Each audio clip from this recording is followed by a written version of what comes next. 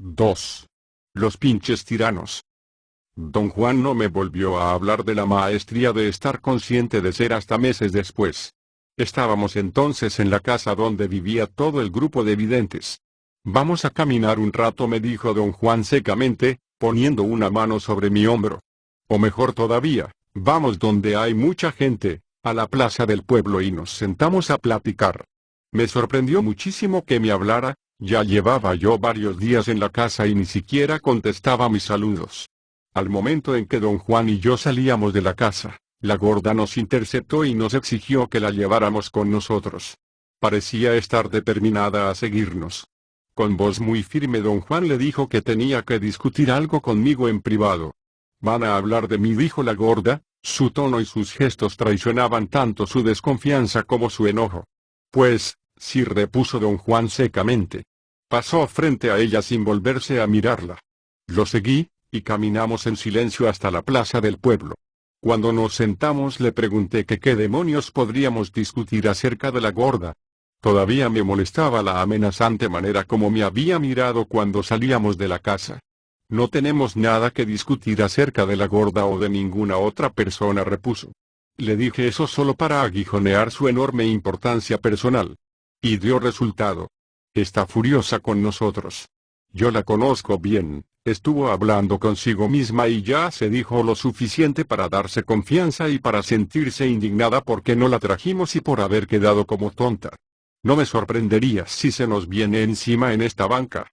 Si no vamos a hablar de la gorda, ¿de qué vamos a hablar?, le pregunté. «Vamos a continuar la discusión que comenzamos en Oaxaca», contestó. «Entender esta explicación va a requerir tu esfuerzo máximo. Tienes que estar dispuesto a cambiar una y otra vez de niveles de conciencia, y mientras estemos envueltos en nuestra plática exigiré de tu total concentración y paciencia». Quejándome a medias, le dije que me había hecho sentirme muy mal al negarse a hablarme desde mi llegada a su casa. Me miró y arqueó las cejas. Una sonrisa apareció fugazmente en sus labios y se desvaneció. Me di cuenta de que me daba a entender que yo estaba tan confuso como la gorda. «Te estuve aguijoneando tu importancia personal», dijo frunciendo el ceño. «La importancia personal es nuestro mayor enemigo.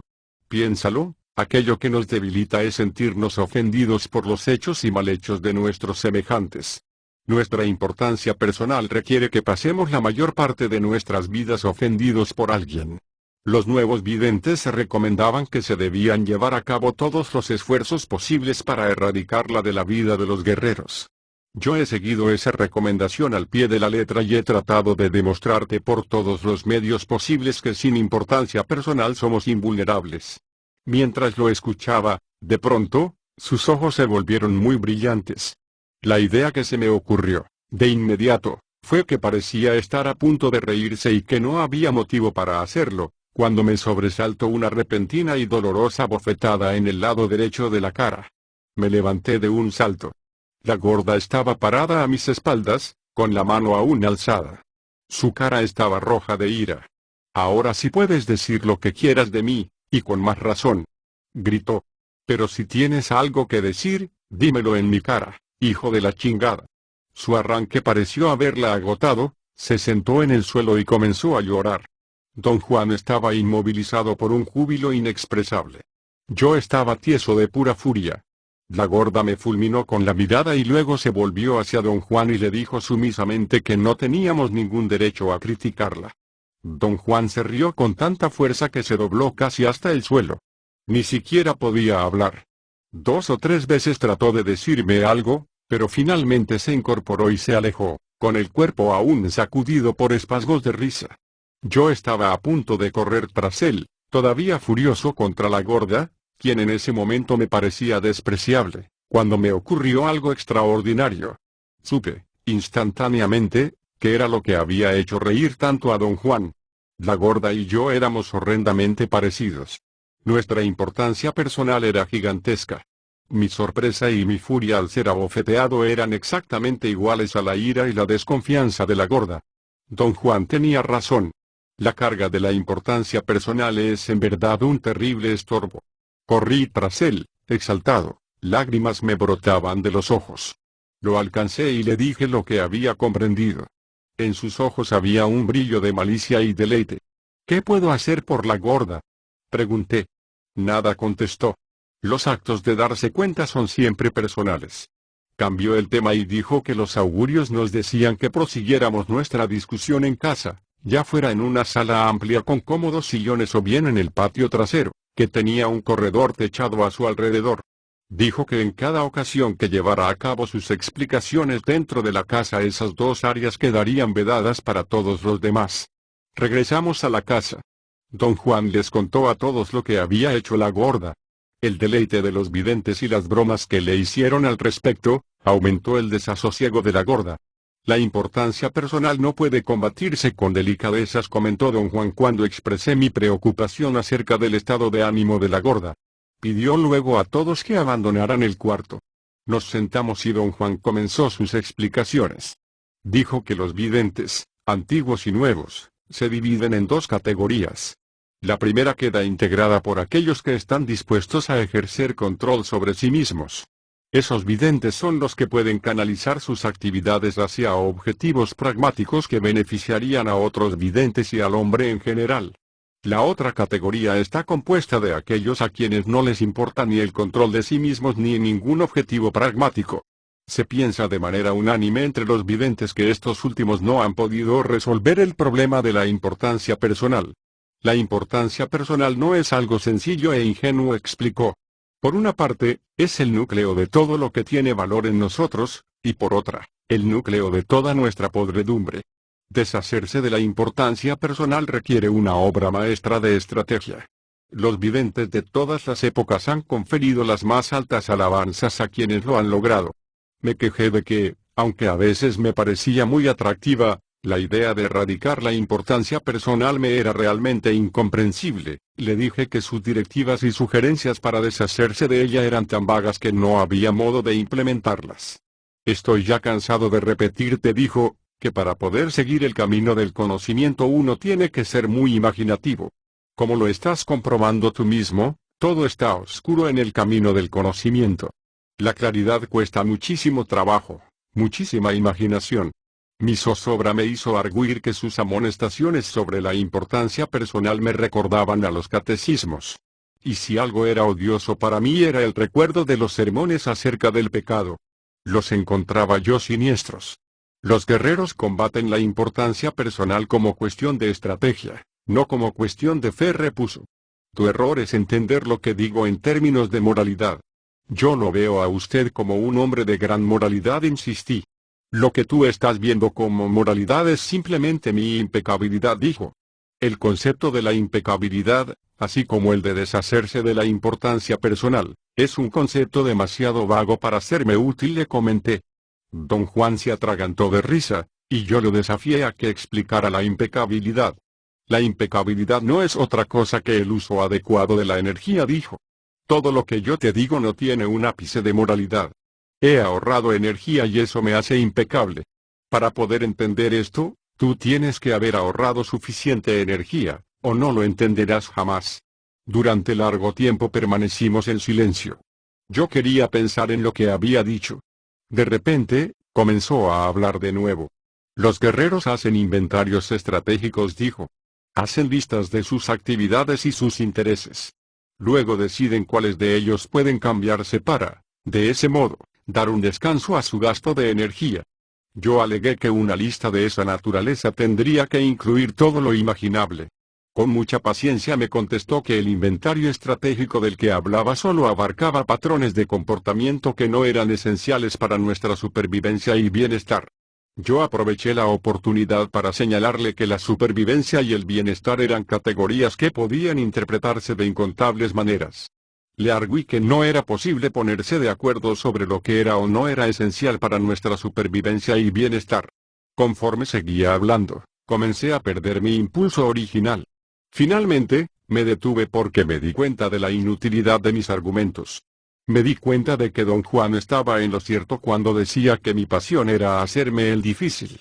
Don Juan dijo entonces que en los inventarios estratégicos de los guerreros, la importancia personal figura como la actividad que consume la mayor cantidad de energía, y que por eso se esforzaban por erradicarla. Una de las primeras preocupaciones del guerrero es liberar esa energía para enfrentarse con ella a lo desconocido, prosiguió don Juan. La acción de recanalizar esa energía es la impecabilidad. Dijo que la estrategia más efectiva fue desarrollada por los videntes de la conquista, los indiscutibles maestros del acecho, y que consiste en 6 elementos que tienen influencia recíproca. 5 de ellos se llaman los atributos del ser guerrero: control, disciplina, refrenamiento, la habilidad de escoger el momento oportuno y el intento. Estos 5 elementos pertenecen al mundo privado del guerrero que lucha por perder su importancia personal. El 6º elemento, que es quizás el más importante de todos, pertenece al mundo exterior y se llama el pinche tirano. Me miró como si en silencio me preguntara si le había entendido o no. Estoy realmente perdido, dije. El otro día dijo usted que la gorda es la pinche tirana de mi vida. ¿Qué es exactamente un pinche tirano? Un pinche tirano es un torturador, contestó. Alguien que tiene el poder de acabar con los guerreros, o alguien que simplemente les hace la vida imposible. Don Juan sonrió con un aire de malicia y dijo que los nuevos videntes desarrollaron su propia clasificación de los pinches tiranos. Aunque el concepto es uno de sus hallazgos más serios e importantes, los nuevos videntes lo tomaban muy a la ligera. Me aseguró que había un tinte de humor malicioso en cada una de sus clasificaciones, porque el humor era la única manera de contrarrestar la compulsión humana de hacer engorrosos inventarios y clasificaciones. De conformidad con sus prácticas humorísticas, los nuevos videntes juzgaron correcto encabezar su clasificación con la fuente primaria de energía, el único y supremo monarca en el universo, y le llamaron simplemente el tirano. Naturalmente, encontraron que los demás déspotas y autoritarios quedaban infinitamente por debajo de la categoría de tirano. Comparados con la fuente de todo, los hombres más temibles son bufones, y por lo tanto, los nuevos videntes los clasificaron como pinches tiranos. La segunda categoría consiste en algo menor que un pinche tirano. Algo que llamaron los pinches tiranitos, personas que hostigan e infligen injurias, pero sin causar de hecho la muerte de nadie. A la tercera categoría le llamaron los repinches tiranitos o los pinches tiranitos chiquititos, y en ella pusieron a las personas que solo son exasperantes y molestos a más no poder. Las clasificaciones me parecieron ridículas. Estaba seguro de que don Juan improvisaba los términos. Le pregunté si era así. De ningún modo, contestó con expresión divertida. Los nuevos videntes eran estupendos para hacer clasificaciones. Sin duda alguna, Genaro es uno de los mejores. Si lo observaras con cuidado, te darías cuenta exacta de cómo se sienten los nuevos videntes con respecto a las clasificaciones. Cuando le pregunté si me estaba tomando el pelo, se rió a carcajadas. Jamás te haría eso, dijo sonriendo. Quizá Genaro lo haga, pero no yo, especialmente cuando sé lo serio que son para ti las clasificaciones. Lo malo es que los nuevos videntes eran terriblemente irreverentes. Agregó que la categoría de los pinches tiranitos había sido dividida en 4 más. Una estaba compuesta por aquellos que atormentan con brutalidad y violencia. Otra, por aquellos que lo hacen creando insoportable aprensión. Otra, por aquellos que oprimen con tristeza. Y la última, por esos que atormentan haciendo enfurecer. La gorda está en una categoría especial, agregó. Es una repinche tiranita suplente. Te hace la vida imposible, por el momento. Hasta te da de bofetadas. Con todo eso te está enseñando a ser imparcial, a ser indiferente. ¿Cómo puede ser eso posible? Protesté. Todavía no has puesto en juego los ingredientes de la estrategia de los nuevos videntes, dijo. Una vez que lo hagas, sabrás cuán eficaz e ingeniosa es la estratagema de usar a un pinche tirano. Te aseguro que no solo elimina la importancia personal, sino que también prepara a los guerreros para entender que la impecabilidad es lo único que cuenta en el camino del conocimiento. Dijo que la estrategia de los nuevos videntes era una maniobra mortal en la cual el pinche tirano es como una cúspide montañosa, y los atributos del ser guerrero son como enredaderas que trepan hasta la cima. Generalmente solo se usan los primeros 4 atributos, prosiguió. El quinto, el intento, se reserva siempre para la última confrontación, como diríamos, para cuando los guerreros se enfrentan al pelotón de fusilamiento. ¿A qué se debe esto? A que el intento pertenece a otra esfera, a la esfera de lo desconocido. Los otros 4 pertenecen a lo conocido, exactamente donde se encuentran aposentados los pinches tiranos. De hecho, lo que convierte a los seres humanos en pinches tiranos es precisamente el obsesivo manejo de lo conocido. Don Juan explicó que solo los videntes que son guerreros impecables y que tienen control sobre el intento logran el engranaje de todos los 5 atributos. Una acción de esa naturaleza es una maniobra suprema que no puede realizarse en el nivel humano de todos los días.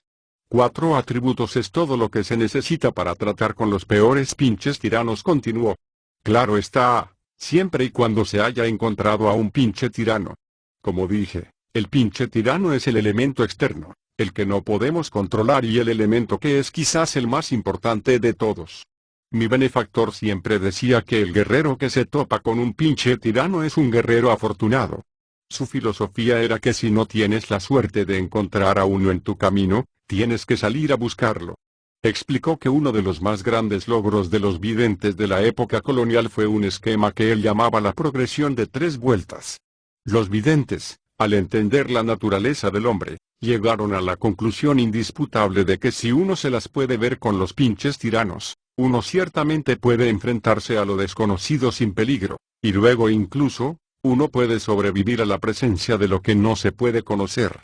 La reacción del hombre común y corriente es pensar que debería invertirse ese orden, prosiguió. Es natural creer que un vidente que se puede enfrentar a lo desconocido puede, por cierto, acercar a cualquier pinche tirano. Pero no es así. Lo que destruyó a los soberbios videntes de la antigüedad fue esa suposición. Es solo ahora que lo sabemos. Sabemos que nada puede templar tan bien el espíritu de un guerrero como el tratar con personas imposibles en posiciones de poder. Solo bajo esas circunstancias pueden los guerreros adquirir la sobriedad y la serenidad necesarias para ponerse frente a lo que no se puede conocer. A grandes voces, disentí con él. Le dije que, en mi opinión, los tiranos convierten a sus víctimas en seres indefensos o en seres tan brutales como los tiranos mismos. Señalé que se habían realizado incontables estudios sobre los efectos de la tortura física y sociológica sobre ese tipo de víctimas. La diferencia está en algo que acabas de decir, repuso. Tú hablas de víctimas, no de guerreros. Yo también creía lo mismo que tú. Ya te contaré lo que me hizo cambiar, pero primero volvamos otra vez a lo que te estaba diciendo acerca de los tiempos coloniales. Los videntes de aquella época tuvieron la mejor oportunidad. Los españoles fueron tales pinches tiranos que pudieron poner a prueba las habilidades más recónditas de esos videntes. Después de lidiar con los conquistadores, los videntes estaban listos para encarar cualquier cosa. Ellos fueron los afortunados. En aquel entonces había pinches tiranos hasta en el mole. Después de esos maravillosos años de abundancia, las cosas cambiaron mucho. Nunca más volvieron a tener tanto alcance los pinches tiranos, solo durante aquella época fue ilimitada su autoridad. El ingrediente perfecto para producir un soberbio vidente es un pinche tirano con prerrogativas ilimitadas. Desgraciadamente, en nuestros días, los videntes tienen que llegar a extremos para encontrar un pinche tirano que valga la pena. La mayor parte del tiempo tienen que conformarse con insignificancias. ¿Usted encontró a un pinche tirano, don Juan? Tuve suerte. Un verdadero ogro me encontró a mí. Sin embargo, en aquel entonces, yo me sentía como tú, no podía considerarme afortunado, aunque mi benefactor me decía lo contrario. Don Juan dijo que su penosa experiencia comenzó unas semanas antes de conocer a su benefactor. Apenas tenía 20 años de edad en aquel entonces. Había conseguido un empleo como jornalero en un molino de azúcar. Siempre había sido muy fuerte, y por eso le era fácil conseguir trabajos para los que se requerían músculos. Un día, mientras movía unos pesados costales de azúcar, llegó una señora. Estaba muy bien vestida y parecía ser mujer rica y de autoridad. Dijo don Juan que la señora quizá tenía unos 50 años de edad, y que se le quedó viendo, luego habló con el capataz y partió. El capataz se acercó a don Juan, diciéndole que si le pagaba, él lo recomendaría para un trabajo en la casa del patrón. Don Juan le respondió que no tenía un centavo. El capataz sonrió y le dijo que no se preocupara, que el día de pago tendría bastante. Palmeó la espalda de don Juan y le aseguró que era un gran honor trabajar para el patrón. Don Juan dijo que, puesto que él era un humilde indio ignorante que vivía al día, no solo se creyó hasta la última palabra, sino que hasta creyó que una hada benévola le había hecho un regalo.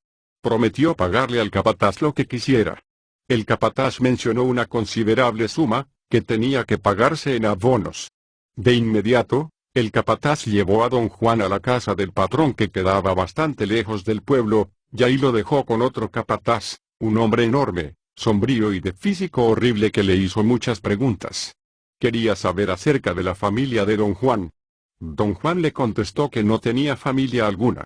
Eso agradó tanto al hombre que llegó a sonreír, mostrando sus dientes carcomidos.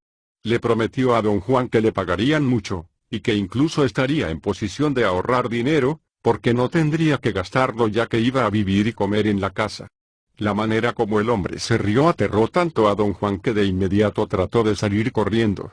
Llegó hasta la entrada, pero el hombre le cortó el camino con un revólver en la mano. Lo amartilló y lo empujó con fuerza contra el estómago de don Juan. «Estás aquí para trabajar como burro», dijo. «Que no se te olvide». Con mucha fuerza empujó a don Juan, y le pegó con un garrote. Lo arrastró a un costado de la casa y después de comentar que él hacía trabajar a sus hombres de sol a sol y sin descanso, puso a trabajar a don Juan, desenterrando 2 enormes troncos de árbol cortados. También le dijo a don Juan que si otra vez intentaba escapar o acudir a las autoridades lo mataría a balazos. «Trabajarás aquí hasta que te mueras», le dijo. «Y después otro indio tomará tu puesto, así como tú estás tomando el puesto de un indio muerto». Don Juan dijo que la casa parecía una fortaleza inexpugnable, con hombres armados con machetes por doquier. Así que hizo lo único sensato que podía hacer, ponerse a trabajar y tratar de no pensar en sus cuitas. Al final de la jornada, el hombre regresó y, porque no le gustó la mirada desafiante en los ojos de don Juan, se lo llevó a patadas hasta la cocina.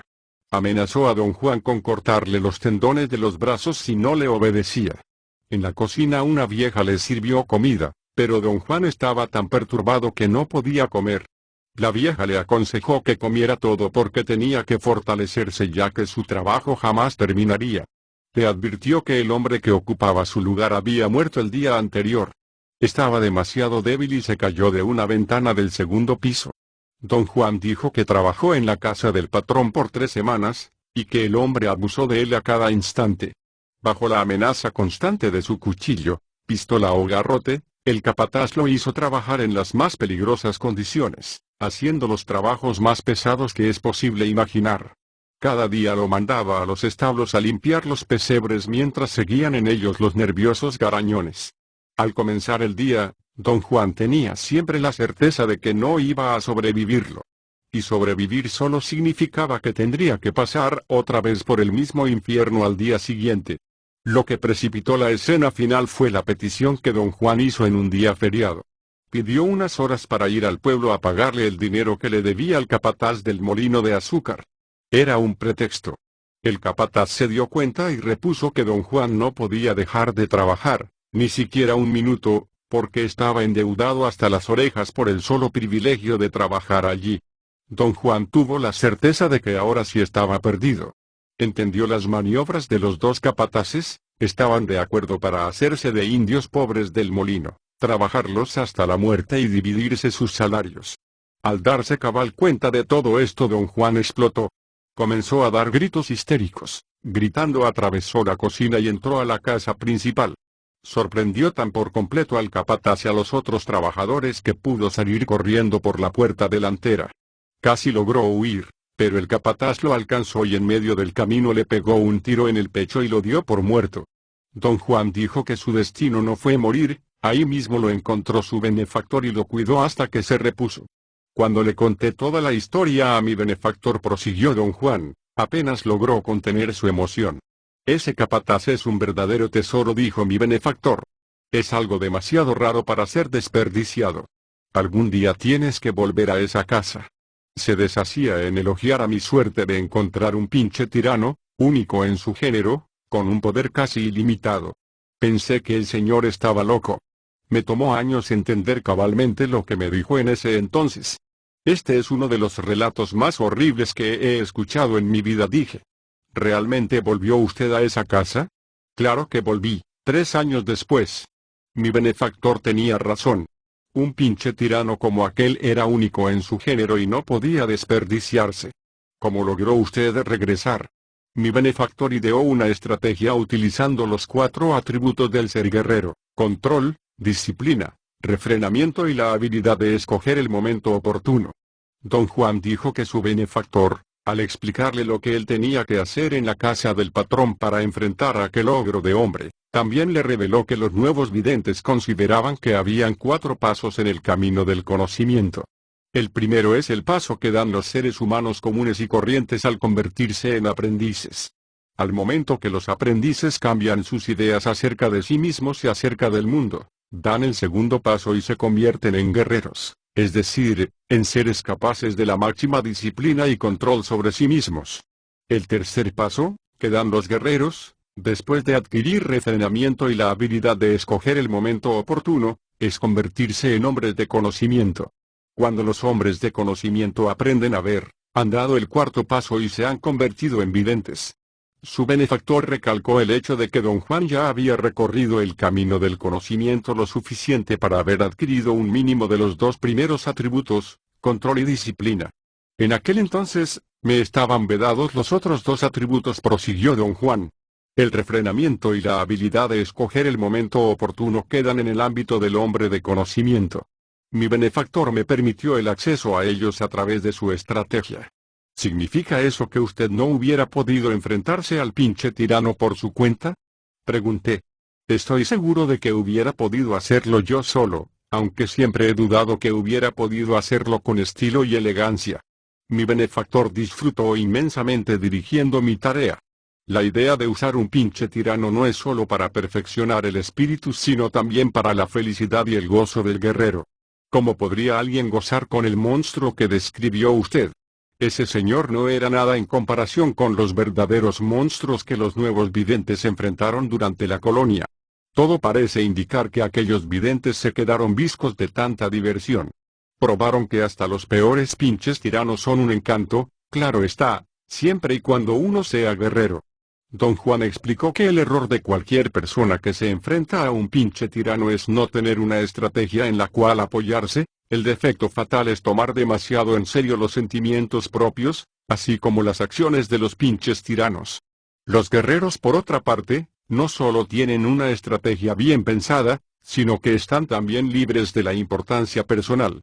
Lo que acaba con su importancia personal es haber comprendido que la realidad es una interpretación que hacemos. Ese conocimiento fue la ventaja definitiva que los nuevos videntes tuvieron sobre los españoles. Dijo que estaba convencido de que podía derrotar al capataz usando solamente la convicción de que los pinches tiranos se toman mortalmente en serio, mientras que los guerreros no. Siguiendo el plan estratégico de su benefactor, don Juan volvió a conseguir trabajo en el mismo molino de azúcar. Nadie recordó que él trabajó allí. Los peones trabajaban en el molino de azúcar por temporadas. La estrategia de su benefactor especificaba que don Juan tenía que ser esmerado y circunspecto con quien fuera que llegara buscando otra víctima. Resultó que la misma señora llegó, como lo había hecho años antes, y se fijó inmediatamente en don Juan, quien tenía aún más fuerza física que la vez anterior. Tuvo lugar la misma rutina con el capataz. Sin embargo, la estrategia requería que don Juan, desde el principio, rehusara pago alguno al capataz. Al hombre jamás se le había hecho eso, y quedó asombrado. Amenazó con despedir a don Juan del trabajo. Don Juan lo amenazó por su parte, diciendo que iría directamente a la casa de la señora a verla. Le dijo al capataz que él sabía dónde vivía ella, porque trabajaba en los campos aledaños cortando caña de azúcar. El hombre comenzó a regatear, y don Juan le exigió dinero antes de aceptar ir a casa de la señora. El capataz cedió y le entregó algunos billetes.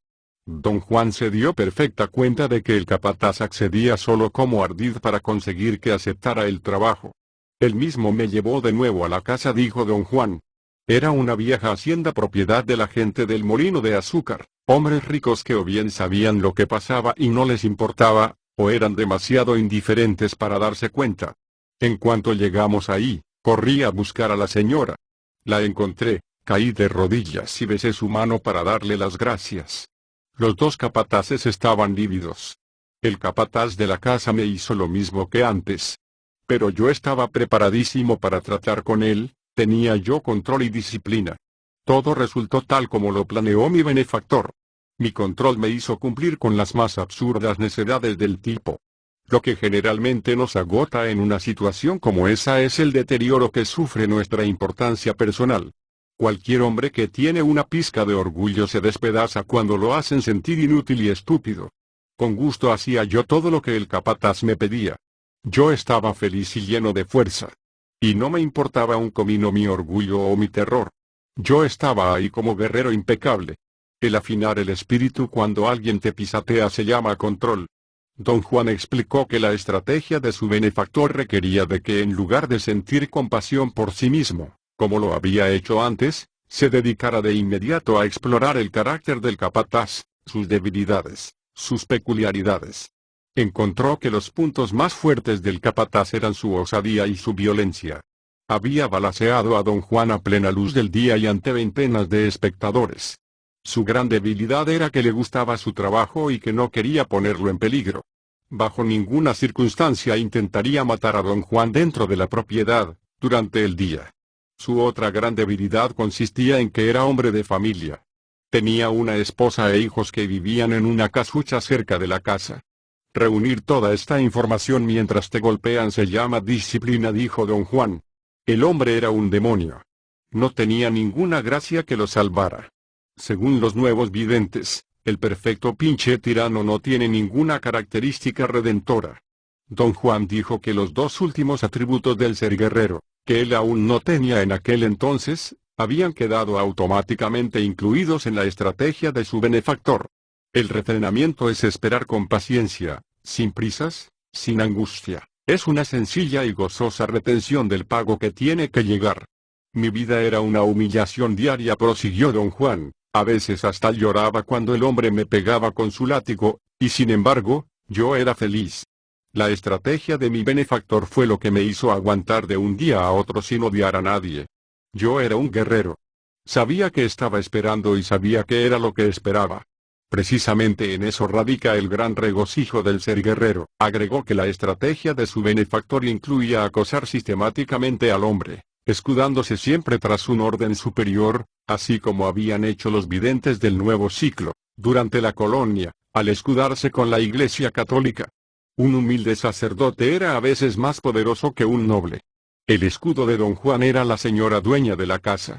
Cada vez que la veía se hincaba ante ella y la llamaba santa. Le rogaba que le diera la medalla de su santo patrón para que él pudiera rezarle por su salud y bienestar. Me dio una medalla de la Virgen, prosiguió don Juan, y eso casi aniquiló al capataz. Y cuando conseguí que las cocineras se reunieran a rezar por la salud de la patrona, casi sufrió un ataque al corazón. Creo que entonces decidió matarme.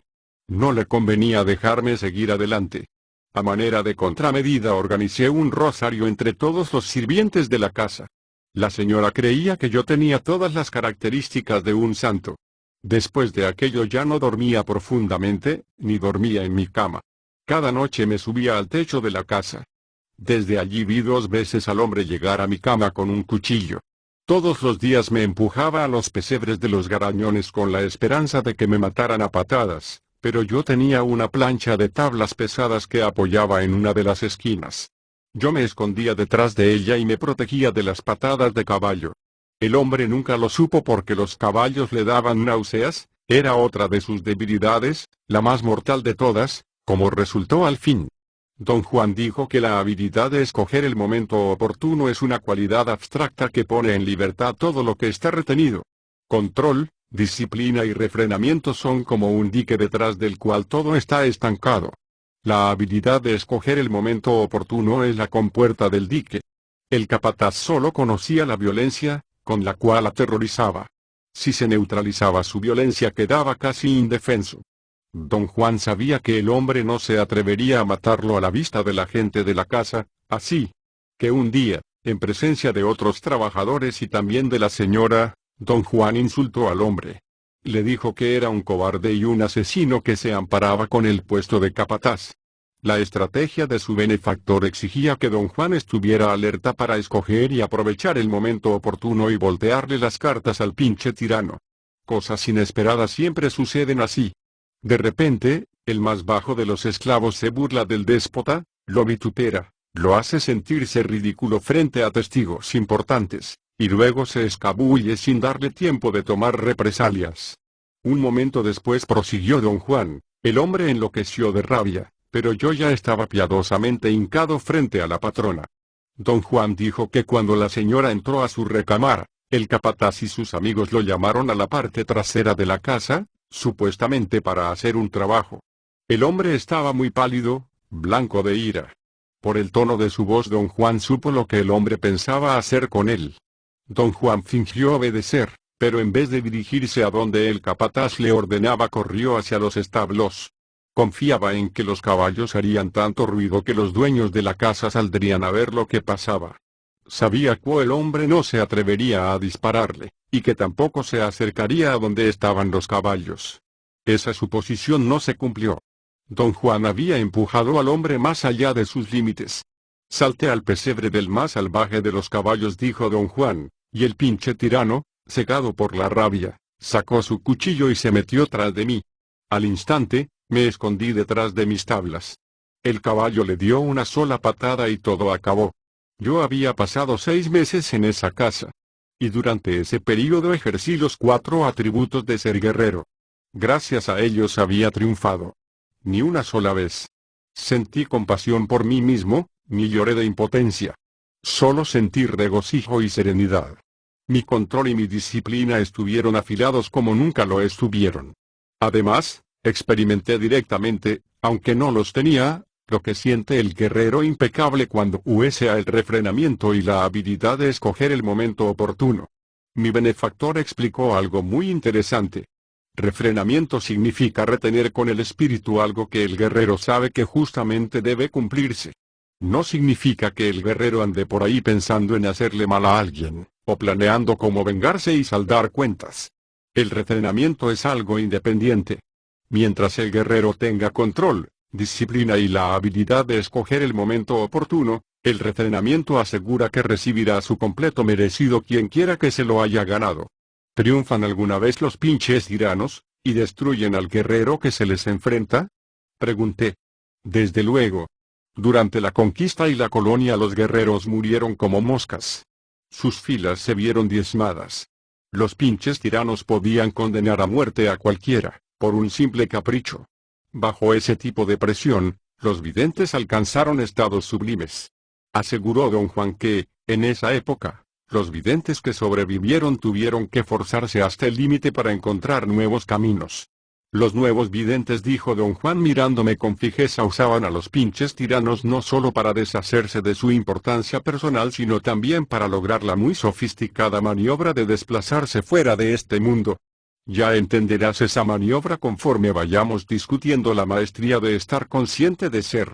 Le expliqué a don Juan que lo que yo le había preguntado era si, en el presente, en nuestra época, los pinches tiranos podrían derrotar alguna vez a un guerrero. Todos los días, contestó. Las consecuencias no son tan terribles como las del pasado.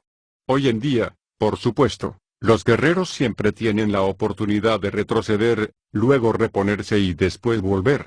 Pero el problema de la derrota moderna es de otro género. El ser derrotado por un repinche tiranito no es mortal sino devastador. En sentido figurado, el grado de mortandad de los guerreros es elevado.